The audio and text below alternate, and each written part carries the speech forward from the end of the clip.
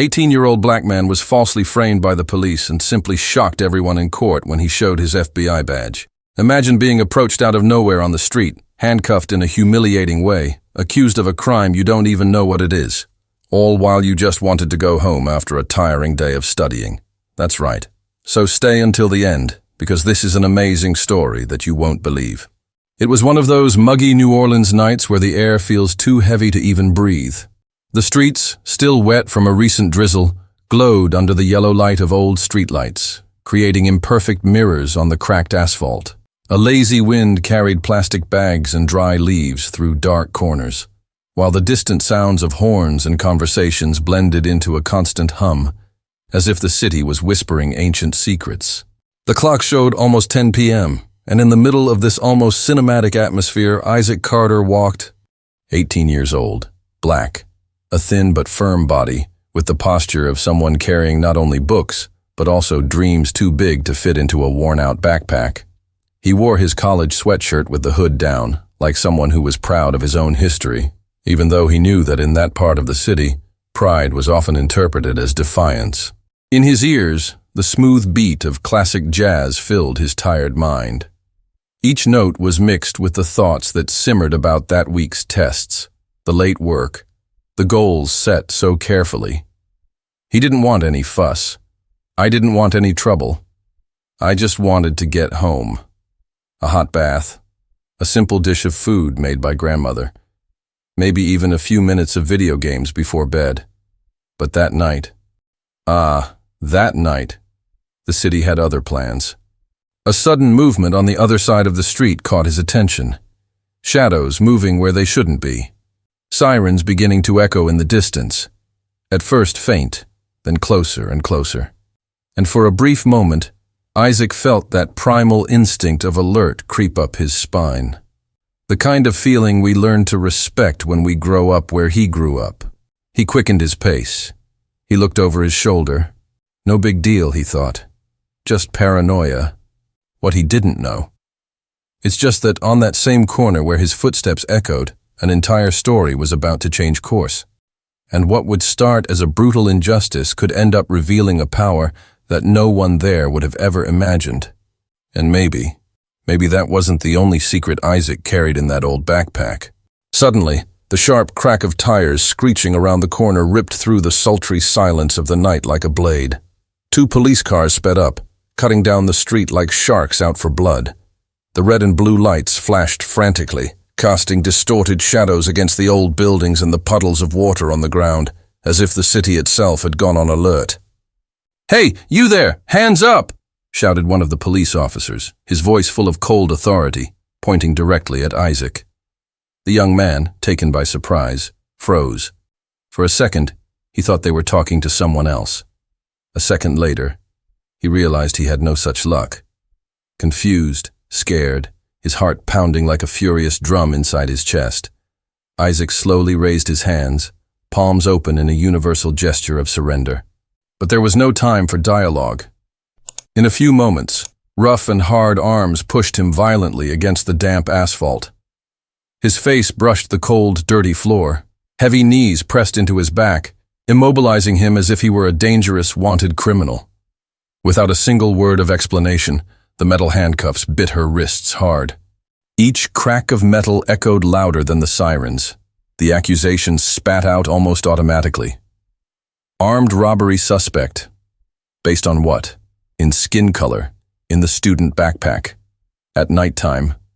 No witnesses, no concrete proof, no chance to explain himself.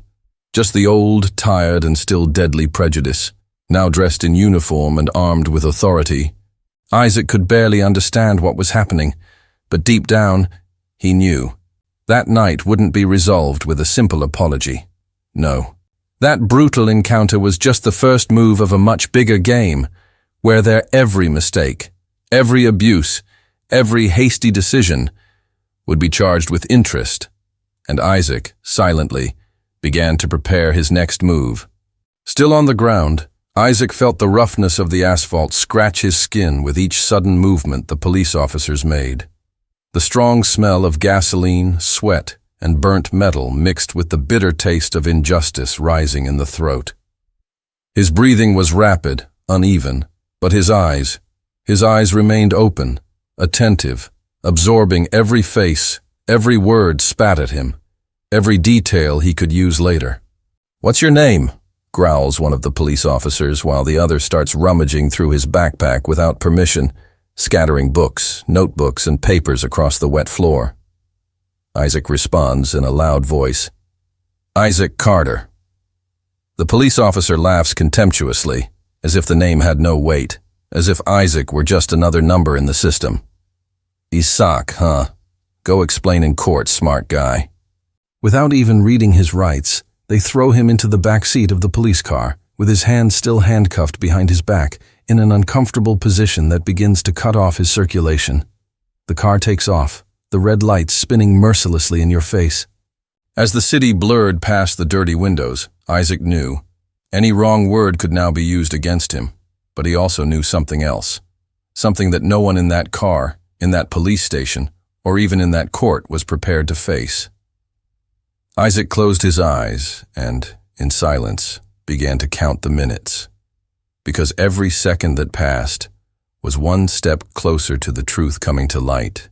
And when the truth came, there would be no handcuff in the world capable of holding him back. The young man was taken to the police station, but the hell only got worse. The dirty walls and flickering fluorescent lights created an oppressive, suffocating environment, as if the building itself was conspiring to crush any shred of dignity. "You thought you were going to get away with it, didn't you, smart guy?" sneered one of the police officers, his face glued too close to Isaac's, his voice filled with that kind of venom that isn't taught in training, is cultivated. Another police officer further away laughed loudly as he filled out papers with a pen clicking on the table, as if he was already signing Isaac's sentence before the trial even began. Isaac, still with the cuffs tight around his wrists, tried to explain. The voice was calm, measured, but his eyes burned. He said he was a university student, which came from the library, that he had important tests this week, but no one listened. Nobody wanted to listen. They made jokes about her outfit.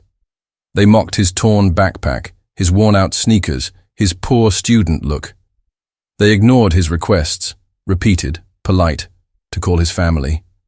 They even denied the right to read what they were filling out, signing documents as if he were invisible. Every minute in that fetid room seemed to suck more than Isaac's time. It seemed to suck his hope, his faith in the system, his trust in the world. But strangely, Isaac did not react with despair. I didn't beg. I didn't cry. He just watched. I wrote it down mentally. He recorded every face, every word, every disgusting laugh that echoed in that rotten environment. Because Isaac knew. He knew something that these men, so used to abusing their power, could never have predicted. Something that would transform that public humiliation into a national shame. Something that would soon explode like a bomb inside that courtroom, under the eyes of an entire city that wasn't ready for what was to come. Isaac wasn't just another number. He wasn't just another suspect. Isaac was a hidden card, and the hand that held that card was about to change the game. And the most ironic of all, they themselves were signing their own conviction, without even suspecting it. Hours later, still under the weight of handcuffs and humiliation, Isaac was thrown into a police car.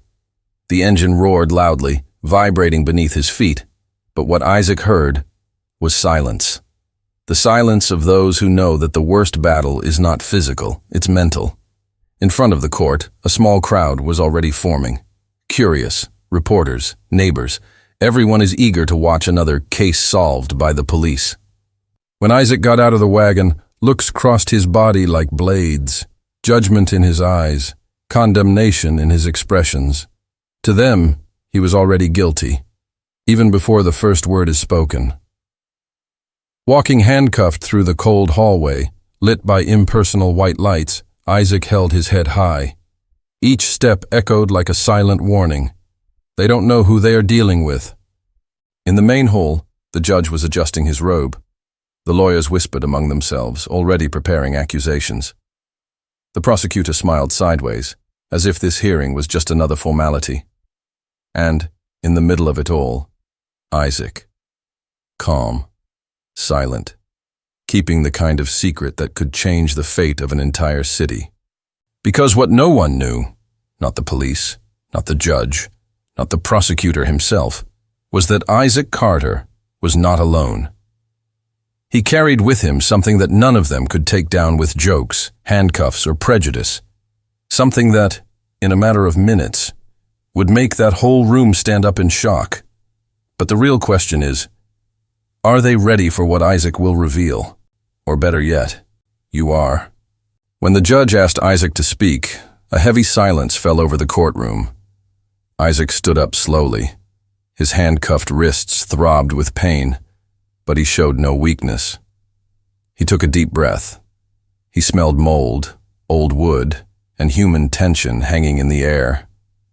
With firm movements, he opened the battered backpack he was still carrying, the same one that was thrown on the dirty floor of the police station hours before. Inside, encased in a black leather case, was the symbol of the turn. Isaac pulled out the case with surgical calm, as if he knew the weight of the moment he was carrying in his hands. He raised it above his head, letting every eye in the room be drawn to that small but devastating object. When he opened the case, revealing the cold golden glow of an official FBI badge, the world seemed to stop spinning. Yes, Isaac Carter, the handcuffed and humiliated young college student, was actually a special agent in training, part of a top-secret FBI program to recruit and train young black talent, a strategic response to monitor police abuses and racial discrimination from within the system. The judge's eyes widened. The prosecutor dropped the pen. The police officers responsible for the arrest, frozen. The red of shame rising from their necks to their faces as if they had been caught in a crime, because deep down, that was exactly what had happened. The audience, who had previously looked at Isaac with suspicion, now exchanged perplexed glances. The weight of the truth crushed the air. But Isaac didn't smile. He just put the badge back away with the same serenity as a general puts away his sword after battle. And then, with a calm and cutting voice like a steel blade, he said, "Today, you tried to destroy a student, but tomorrow, the whole country will know who you really are." The silence turned into an internal roar. But calm down. Isaac Carter's story does not end in this courtroom. What did he do after this revelation? Opened federal investigations, caused mass layoffs, and sparked a national debate about racism, justice, and power in the security forces. The impact of Isaac Carter's courtroom revelation echoed far beyond the walls of that hall. In less than 24 hours, the news exploded on social media. Hashtags emerged. Headlines invaded the news portals. Young FBI agent unmasks police abuse in New Orleans. TV shows, influencers, community leaders, everyone was talking about or Isaac Carter case. And what began as an isolated tip turned into a federal investigation of historic proportions. The FBI immediately opened an internal investigation. And guess what? It didn't take long for dirt to start appearing. There were days of public hearings broadcast live. Each statement was a bombshell. Allegations of old abuses, manipulated evidence, illegal arrests, Isaac, even though he was young, conducted his participation with the attitude of a veteran. Every time he took to the pulpit, his firm voice left no doubt. He was there not only for himself, but for all those who had already been silenced. The people of New Orleans took to the streets. Peaceful protests took over the city. Posters with phrases like, "We're all Isaac," "Justice for those who didn't have a badge," Mao. And then came the police trial. On the court, now packed with cameras, journalists, and families, the same men who humiliated Isaac were forced to face the charges: abuse of authority, illegal arrest, falsification of public documents, aggravated racial discrimination. The evidence was so overwhelming, videos, audio, testimonies, that not even the defense lawyers could put together a convincing narrative. When the verdict was read, the silence was broken only by the muffled sound of people holding back tears. Guilty on all counts. The judge, in a firm voice, declared, "This court recognizes that justice was delayed, but it did not fail. And today she speaks not only for Isaac Carter, but for everyone who was once invisible in the face of prejudice. Sentence: 20 years in prison for the main aggressor, 15 years for the accomplice, and definitive expulsion from the corporation for everyone involved. Albrow. Handcuffed. Now, on the other side of the law, the former police officers were taken away amid boos from the public. But the greatest victory wasn't just in the punishment. It was in the example. Isaac Carter, at 18 years old, had proven that courage, strategy, and intelligence could bring down even the most rotten structures in that city. The story of Isaac Carter is not just about a young man wrongfully framed. She is a reflection of the dark realities that many face every day, in silence. It's about the weight of being judged just by the color of your skin, by the place you live, by the simple fact of being young and black. Isaac was not only falsely framed but was dehumanized by those who had a duty to protect him. He was arrested, handcuffed, thrown to the ground, and treated as if he were guilty from the first glance. No evidence, no reason, without even a chance to defend himself. And the worst of all, he wasn't the only one. How many other Isaacs are there out there, in different parts of the world? How many young people, black or not, have been victims of a society that still often sees people before seeing them as individuals? How many have been wronged by a system that feels comfortable judging without evidence, condemning without listening? But Isaac did not let himself be broken. He used the injustice he suffered as fuel. And your story shows a very important truth. Justice may take time, but it always finds a way to be done. The fight for equality, for respect, for the right to be heard must never be in vain.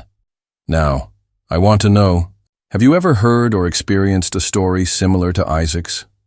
Someone who was misunderstood, judged without a chance to defend themselves, or suffered unfairly because of their appearance or situation? Share your story in the comments. Let's show the world that the fight against injustice is stronger when everyone comes together to tell their truths.